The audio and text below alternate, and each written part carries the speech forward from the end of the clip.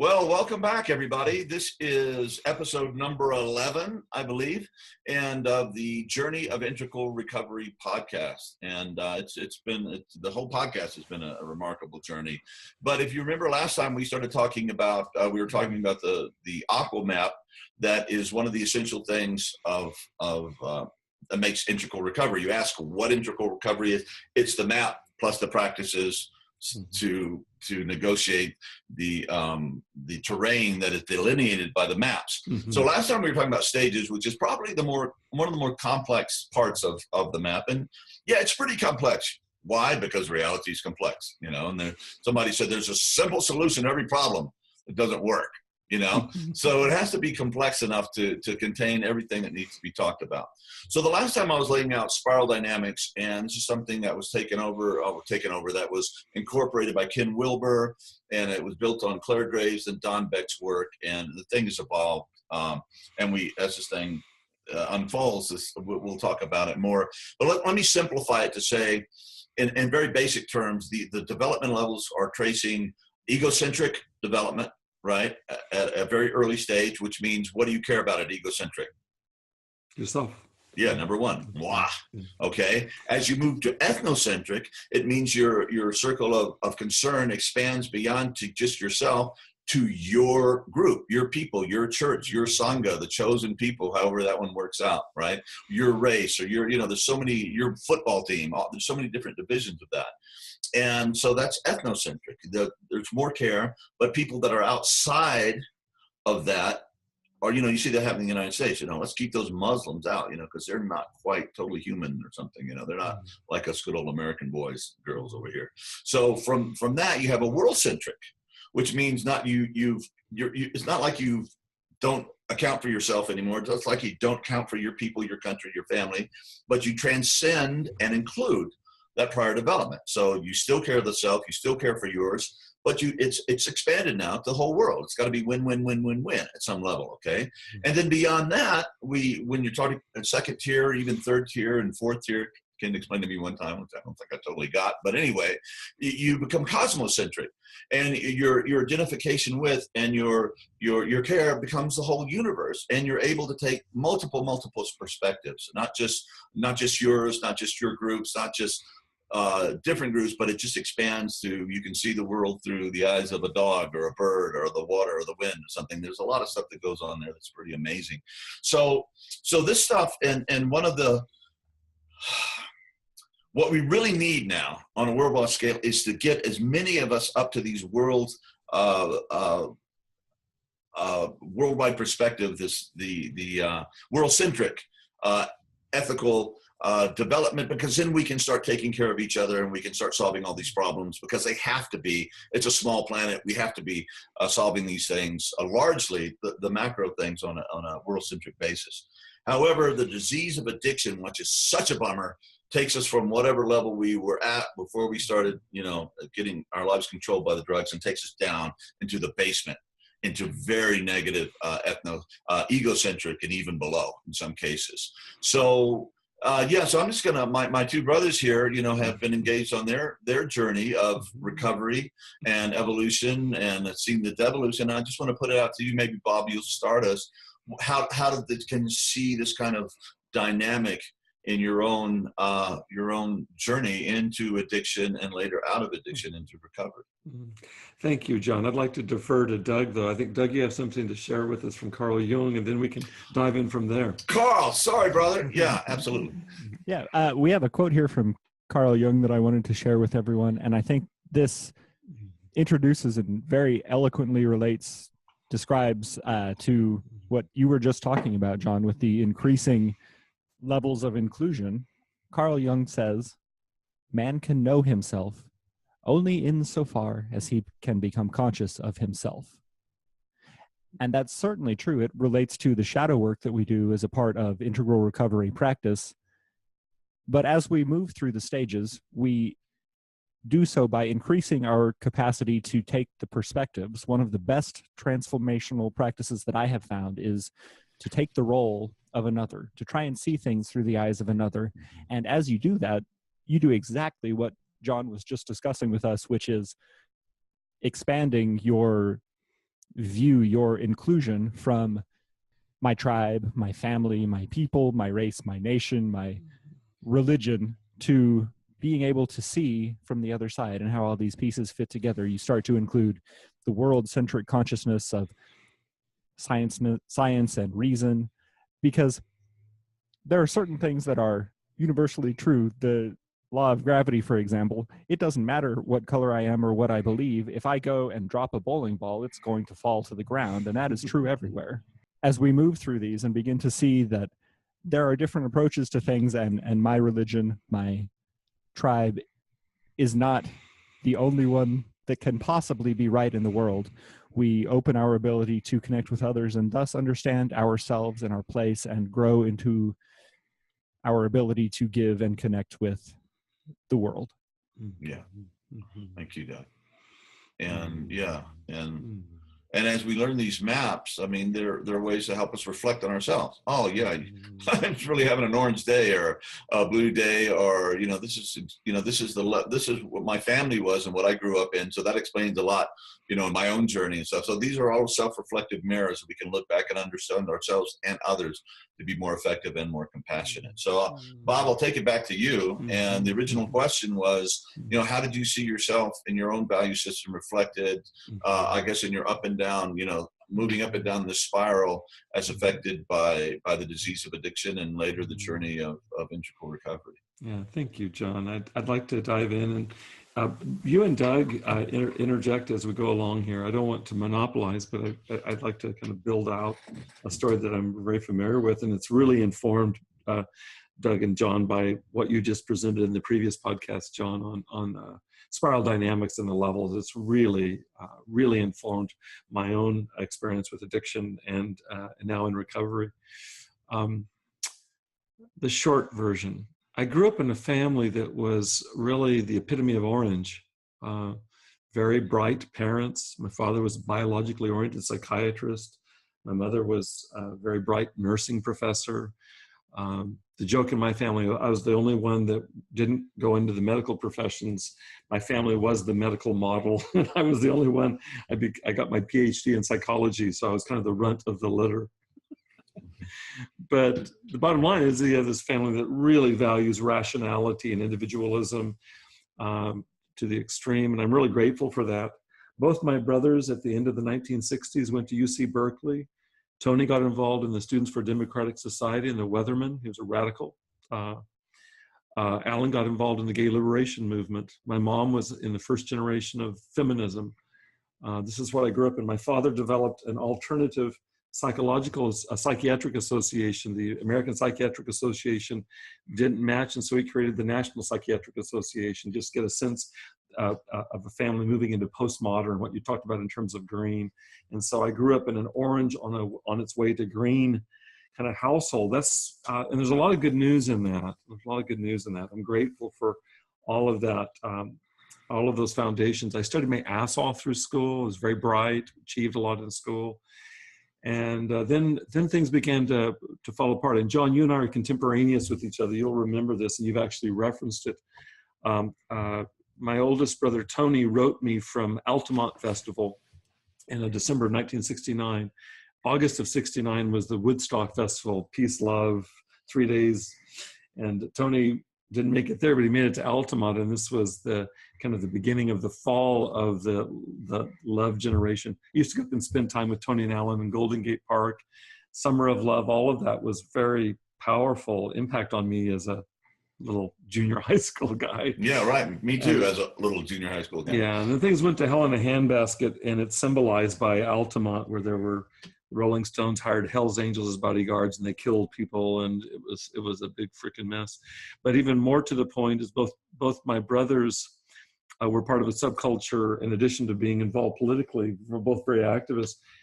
Where hallucinogens, drugs, but particularly hallucinogens, dropping acid, so which is kind of par for the course. And it took my oldest brother out. So the saddest story for me in my life is the loss of my oldest brother, Tony, to drugs. You want to kind of just give it's a very poignant story, and it makes me want to weep. I just remember it, what exactly happened. Yeah. Tony was in many ways my surrogate father. My father was very preoccupied professionally, and so Tony was 6 years older than I, and so he really mentored me as an older male. And he was my father used to say of all the kids, Tony was the brightest. That's probably true. He was a journalism major at Berkeley and got very actively involved in mescaline and mushrooms and acid. He used to send me drugs in the mail. From this little kid, you can begin to see the loss of the group there in the sense of that.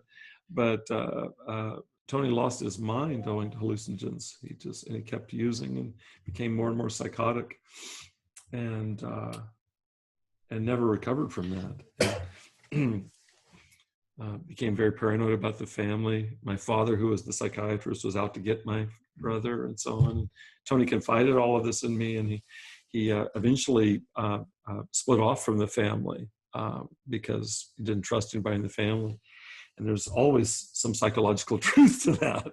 But he was flagrantly psychotic, and then he disappeared. And my father, who was very involved in the state of California in politics and so on, was able to utilize the highest sources you can for tracking somebody down. It is possible to disappear, just remove your footprint completely, and Tony did that. And how old were you when he disappeared? The last time I saw Tony, I was 19, and so that was almost 50 years ago. And so he's never been seen or heard of. I've operated as if he's dead, but he might not be. Chances are that he is. And psychologically, he's not dead to me at all. It's just, it's one of these, we all carry these scars. John, I know you do too. Yeah. And I was just reflecting, my older brother was very, very close to committing suicide. And I was thinking that as horrendous as that is, just the disappearance and the not knowing might even be worse if possible. Yeah, I can't compare it, John, because of what you witnessed. Right. But it's been a source of great suffering for me. I could say more into that, but let me weave it back in. There's a lot of feeling there, and I hope that it's coming through. As shit began to fall apart for me, I began myself to not trust orange and certainly not trust green. And so the modernism of my family, and even the postmodernism, it was suspect to me because there was a lot of pathology in my family, and then there was what was going on with my, in particular my oldest brother Tony. My next older brother Alan also had his own host of issues, problems that were arising. And so I retreated, probably predictably, and John, our stories are parallel this way, I believe, as well. I retreated to Christian fundamentalism, and at an age where a lot of teenagers are beginning to kind of stretch their wings and experiment with drugs and so on, I experimented with Jesus, and it really held me together I was thinking of it just last night, for about 5 years. I can date it as about a 5-year period at the end of high school and into college where I held my shit together as a function of fundamentalist religion. I married in that religion and thought I was good to go and put my family behind me, really out of sight, out of mind.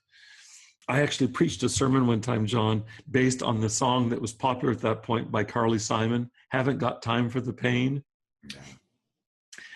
Speaking of spiritual bypassing. So, and so that's how it went, you guys. I had changed my major. I was a pre-law major, changed my major to psychology and religious studies, and got 2 degrees undergraduate, and then went to graduate school and got a master's degree in religious studies and a doctorate in clinical psychology, and I was on my way. The problem that arose very early in graduate school for me is that was a temporary fix for me, retreating to blue, to mythic membership, kind of conventional morality and so on. But I had a pre-morbid condition, let's say, of being at green, orange and green. And so soon enough, the set point began to arise, and it began to, I think of Alice in Wonderland, the box was too small for me, and it began to burst through that. I was going to a Christian seminary, and it was a really bad fit for me as I began to develop, because it was a conservative Christian seminary. I had the singular honor, John, you know this, and Doug probably too, of doing a dissertation. My doctoral dissertation at a Christian seminary was on Buddhist meditation. And this was not the kind of Christian seminary that was okay with the Buddhist part or with the meditation part. And so, so I kind of carried the spirit of my brothers. Both of my brothers were really radical, and I carry a fair bit of that imprint. My parents were. It was just an odd thing, a whole family. And I began to, in fact, when I moved into conservative Christianity, my parents' response was, how did we fail him? There was a sense of failure. And it really, to put it in spiral dynamics language, Bob is devolved to blue. We somehow really missed the boat with him. And things began to shift for me as I began to be more compensated. Literally, my marriage, I think, helped me. My faith helped me. And it helped me to move into transcend, I think, and to move back into, I had about a year in graduate school where I was like a rank materialist, and I was actually studying philosophical materialism. That was my atheist phase, and that was too small of a container. And so what began to call for me, this is about 1980, what began to call for me, John, you know this story, was Eastern religions. And so I began to read, and I read a lot. And then one day I put the book down, realizing, reading isn't quite exactly what they're talking about here. And so that's when I started the meditative path, and that began in 1980. And that continued on for me as I continued to develop. I was, steeped in Ken Wilber's writings, as we've talked about before, steeped in Buddhist practice, steeped really in an integral practice. I mean, this is before there was writing about this, but I was really committed to physical well-being, cognitive development, spiritual development, soul development, shadow. All of that stuff was work I was doing, and I was actually quite rigorous about it comprehensively. There wasn't a language for it, but that's what I was doing. You can just get a sense of the Jung called it the daemon, and something inside just really was pushing me towards development. But I missed one significant piece, and this will get to the addictive piece. Is I missed working on the trauma. I didn't do sufficient work on the trauma of my background. There's a lot of abuse, a lot of neglect, a lot of loss, all of this. And we all have our versions of that, and I have my version of it, and I wasn't aware of bypassing it. I was in a doctoral psychology program. I was in therapy, and I just did as much work as I could do, but I didn't do sufficient work. And so parallel with this process was a long-term acquaintanceship with altered states by virtue of chemistry, dating back to right after high school, the story that we shared in one of our recent podcasts of my first experience of alcohol. And so alcohol began to kind of impinge increasingly. It was just this very gradual process over the next couple of decades, starting with alcohol, and then at around age 40 or 45, beginning to experiment with more powerful substances than alcohol, experimenting with marijuana, then eventually cocaine, and eventually ecstasy. That was a Kundalini awakening for me. Sure. And that reveals the other part of it, you guys, is that one of the problems with a post-conventional or post-egoic dedication, I was dedicated to that, is that it's not unusual for green to make a mistake. And I really see this in spiral dynamics. For green to make a mistake and equate anything that's not orange with green, and to reject, and you sure as hell want to reject blue, all of its small-mindedness.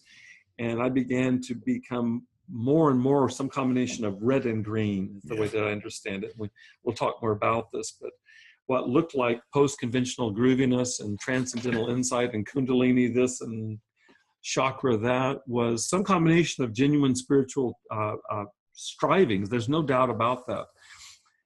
But also with some really kind of, I began to kind of mix up instinct with transcendence. I don't know, and instinct isn't bad, but if it begins to lead the show, there's no ego running the show. So to put it in Ken's pre-trans fallacy language, I was moving from an ego of orange into a trans ego green, and actually on the way to integral had aspirations to that, but also was moving, the way Ken puts it is everything that's not ego, how does he put it, John? everything that's not ego is necessarily transcendent to ego. And so I was at the same time operating with trans ego, green. I was also operating with pre-ego, red, and I got them hopelessly confused. So I was hanging out with spiritual people who were getting fucked up on drugs. That's the truth of it. And I was the leader of the pack. So things derailed pretty quickly. And soon enough, what you talked about took over for me. And that's where I understand addiction really in its etymological sense of addictus in Latin just means slave. And I became enslaved to substance, and I became enslaved to a pre-egoic state that was mistaking it for a transegoic state. So as I got more and more down the tube of addiction, I kept insisting that it was spiritual. I literally would use drugs, alcohol one night, wake up the next morning and go meditate, and did not see a hypocrisy, did not see a conflict between them. And that's one of the characteristics of addiction. To put it in addiction language, as I became more and more hypofrontal, which is less and less access to my frontal cortex, began to interpret things through my limbic system, through the lower, more primitive parts of the brain. And so I had a very limbic spirituality, a very limbic sexuality, and was really interpreting that. Really, I mean, if you'd asked me, I was interpreting that as spirituality. It took really hitting bottom, to put it in the 12-step language. It took really hitting bottom for me I was on the verge of losing everything. I lost my reputation, lost my license in psychology, lost my career, nearly lost my primary relationship, certainly lost marriage, etc. And the loss was so much so that it stopped me, and there's a problem, and that was the recognition. That was 10 years ago. In the last 10 years, I've tried different approaches to sobriety, including harm reduction. I'm just not a harm reduction kind of guy. I was reading the big book in AA just this week. I'm studying it right now, very slowly, in an integral, with an integral wish. And the term that was used this week was, some people are enthusiasts. And I thought, John, you know me. An enthusiast is probably going to have a little bit of a problem with harm reduction. It's just way too subtle. And so it's moved a journey towards and to abstinence, as well as a tremendous amount of shadow work. And I mean very specifically deep trauma work in multiple therapeutic forms, in addition to my own daily work over the last 5 to 10 years. To be able to kind of begin to pull back up. I'll finish the journey as we talk about this over time, because I do think it has implications for what communities suffice for the work. But my first reference community coming out of addiction was AA. And I worked the steps really hardcore, because I typically do that because I'm an enthusiast, with a sponsor, and in good faith, and spent a good 2 or 3 years really in that. I continue in AA, some involvement, leading a home meeting once a week, but my involvements have become more inclusive. So that includes other things that we'll talk more about. But coming out of the red, and then I'll finish for now, coming out of the red that mistook itself for green, I needed blue. And so the foundational work that makes this conversation possible is, I'm deeply indebted to AA and to the 12-step movement for that. I'm really grateful for that. I'm deeply indebted to fundamentalist Christianity. It got me through the crisis of what happened in my family, and got me on the way towards a full-bodied spirituality. Those roots are in fundamentalist Christianity. So I want to be careful about ever demonizing these that came before me.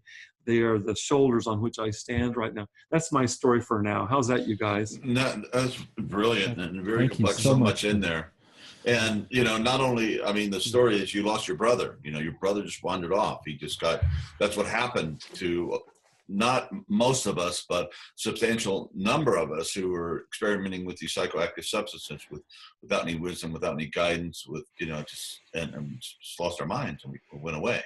John, you know that I work every week with, I lead a couple of groups at a local treatment center. Doug, you know this too, is that something I'll say to you guys in the spirit of honoring my brother Tony is every group I lead, I'm doing that for Tony.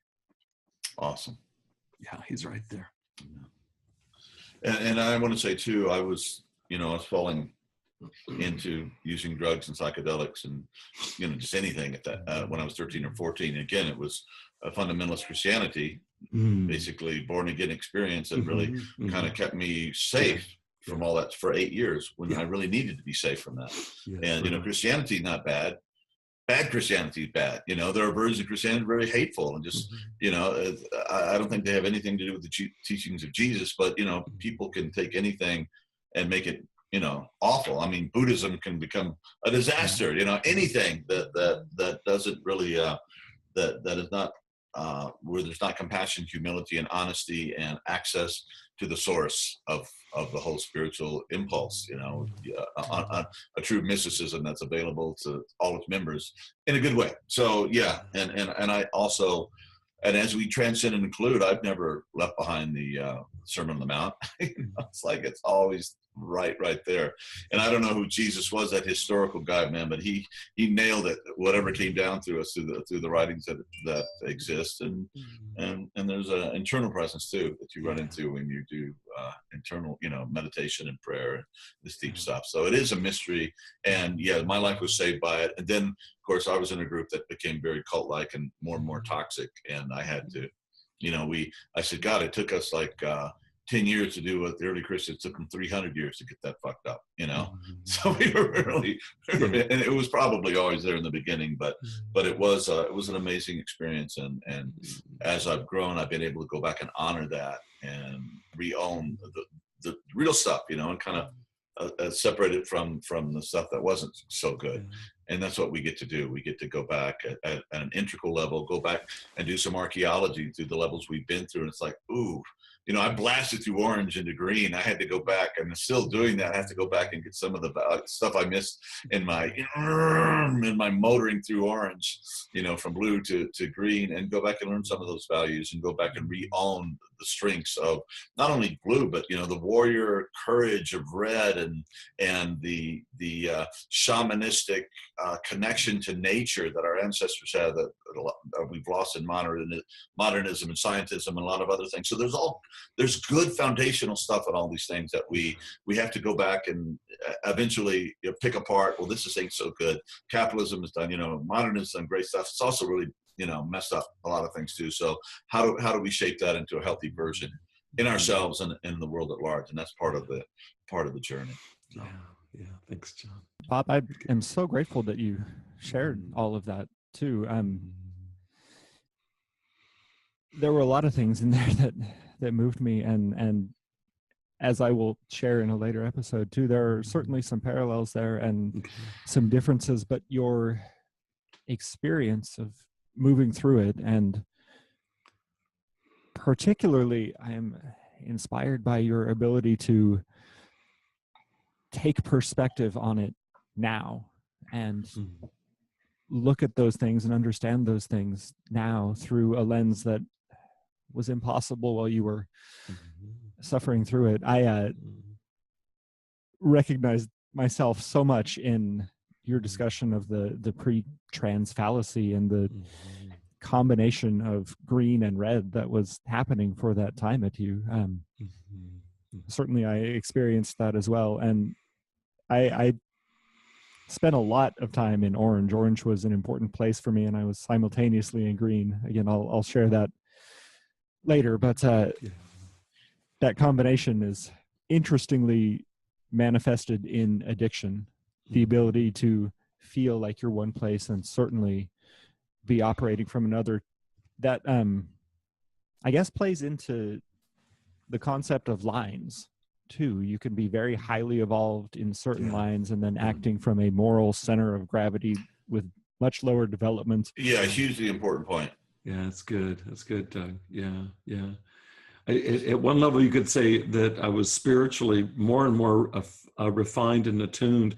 It's a kind of a false dichotomy, but if you separate out that spiritual development, I mean, I was dedicated practitioner of Zen meditation through all of this, with a few gaps, but not very many. and my morality was moving from post-conventional to conventional to pre-conventional to pre-conventional. And you thought you were up at the leading edge of evolution. I thought I was a moral giant. Yeah. I was a moral midget, and that's not even fair to midgetry. Yeah. There's another thought I had, Doug, as you were talking to, and I want to toss this out just as a thought that we'll fill in. It was your response to me, Doug, that reminded me is that, John, you've presented this model and you've articulated it so well here in Speaking in Real Time, as well as in your book, is that a good bit of what I struggled with, and it's been so much an emphasis of my work in the last several years, working with addicts who are early in recovery, is to address shame. The shame which just paralyzed me. And there's plenty of societal stigma to support that shame. And so it's a really deadly mix. And I do a lot of teaching about this every week, actually. The book that I'm working on right now that will come out towards the end of the year, which is an integral book on recovery, will include a significant piece on addressing shame from an integral perspective. But what occurs to me, and John, I'm looking at you thinking of this, is that the model, the map, has really helped me to adopt a third-person perspective and look at my behavior and take it less as some indication of being defective or an aberration or whatever. You know, Ken Wilber in his model, what you've written, John, in yours, and other writers in the integral field, I've taken that in, and it's really been a powerful antidote against the shame, which is any addict in recovery. When I ask addicts in recovery, when we define shame and get inside of it, ask them how many of them struggle with that in and around their addiction. It's universal, every person, and severe shame. And so I think that this map itself is salutary. I feel like that it's, speaking of psychoactive, and it's been really important for me. So Doug, when you mentioned my own articulation of it, that articulation has been life-saving for me, to have a model that's sufficient to explain what happened in a somewhat objective way. And it's not about excusing me, but it's also about me finding some means of dealing with my recovery beyond just being paralyzed by shame. Yeah. And I think that good information, I think the integral model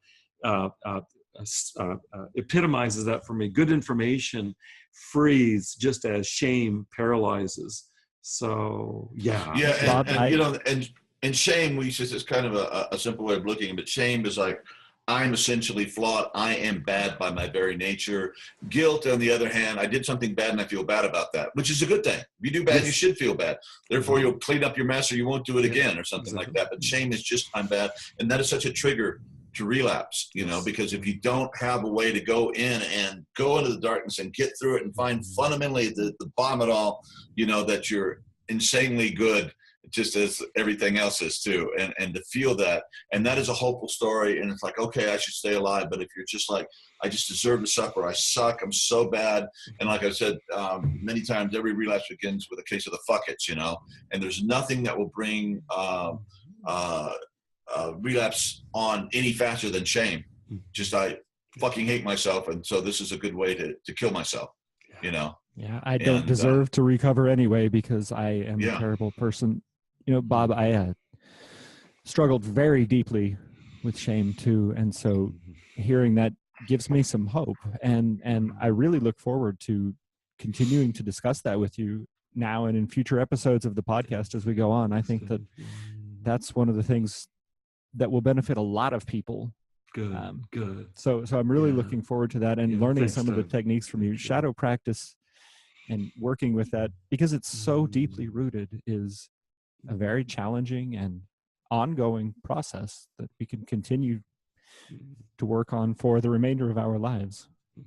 It's as if the poor get poorer, is that there's enough research to suggest that most people that are prone to addiction have significantly more adverse childhood experiences. That's the term. Amen. And associated with adverse childhood experiences is some form of shame. It's just, they go hand in hand. And so it's my shame that sets me up or predisposes me for addiction.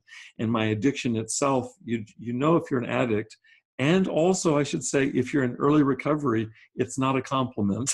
In other words, it's not a cool thing to be an addict in our society or in any society. And to be in recovery is to suggest that you're an addict. So you're attached to being a loser, no matter whether you're in recovery or being an addict. It also infers some integrity and honesty, Yeah. which most of us haven't even achieved. So yeah, I see it as I do see it as a badge of honor. Yeah, and so we have to find ways. I think it's implied in what you were just saying, Joe. We have to find ways to reverse that. I think that what we're doing right here is a case of flipping around where the rich get richer. Is as soon as I can find some gravity, some kind of foundation for beginning to make at least 1 millimeter of movement out of my shame, that then gives me a foundation for I'm thinking of the trajectory of aiming at a target. I'm not good at this, but if there's a target here, and I'm aiming at it, if I'm off by 1 millimeter, I can miss the whole thing. By the time I get there. And so it's critical that you have some corrective, because shame will take us off track and we won't successfully recover. So I'm going to find some way to correct it to stay on track with that. And I think good models are a good start. I mentioned this before, a social psychologist, Kurt Lewin, said, there's nothing so practical as a good theory. And integral theory to me is par excellence practical. It is a fantastic theory. And if I can use that as some antidote against the shame that would kill me, that would paralyze me, and move towards recovery free of shame, that's the key. I'm working on working titles for the book, but one of the titles for the book is just shame-free, an integral perspective on recovery. We'll see how that all evolves, but I really see this as central. Let me say one more piece before we finish, you guys, and that is, I might have summarized this before, but I'm going to summarize it today. Is that, did I just mention this? I can't remember, because I think I might have mentioned this yesterday at the treatment center. Is that in a study of what is the number one trigger for relapse is stress. The number one stressor for most people is relationship, and specifically in relationship, and this comes from a study out of Harvard. It was an analysis of 200 studies. The number one relational stressor is threat to social acceptance. That's related to the highest cortisol release. 200 studies, the highest cortisol release of all is related to threat to social acceptance. By any other term, that's shame. Shame pulls me out of connection with the community. And so if you do the math on this, the number one threat to my sobriety is stress, is relational stress, is shame. And so when we talk about this is pure gold that we're talking about. Yeah. We can find some way to turn that around. The rich will get richer. My recovery will be supported by this. And it's by the kind of clarity that we're talking about right now. I'm looking at infinite depth as we begin this discussion, and we could really go on, and we shall go on in the next episode. But that was incredibly beautiful, incredibly insightful, and incredibly humble and loving and painful and gorgeous all at the same time. So really deep bow. Really appreciate it. And we'll see you guys and gals, brothers and sisters, next time. Thanks, John. God bless. Thanks, Thank Doug. you.